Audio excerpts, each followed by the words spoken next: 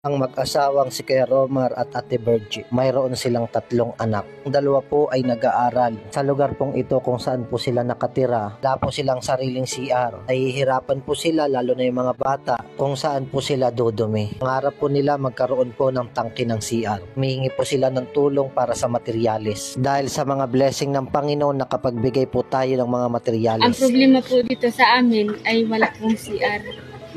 At kung saan-saan lang po kami pumupunta.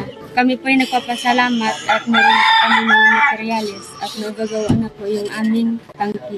Pray natin sa Panginoon at marami namang makakapanood nito.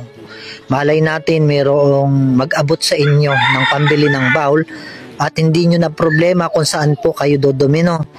At kawawa din naman yung mga anak mo lalo na nag-aaral.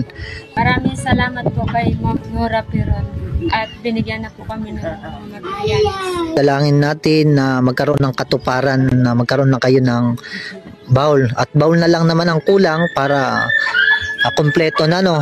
Ang kahilingan lang po namin sa Panginoon ay magkaroon po kami ng tangki at bowl. Kahit sako naman po yung dingding. Kahit sako na lang yung dingding. Ang dalangin nyo lang sa Panginoon, magkaroon kayo ng tangke ng CR tapos bowl. Ay malay natin, Sister Virgie, ibigay sa inyo ng Panginoon pati yung dingding, no?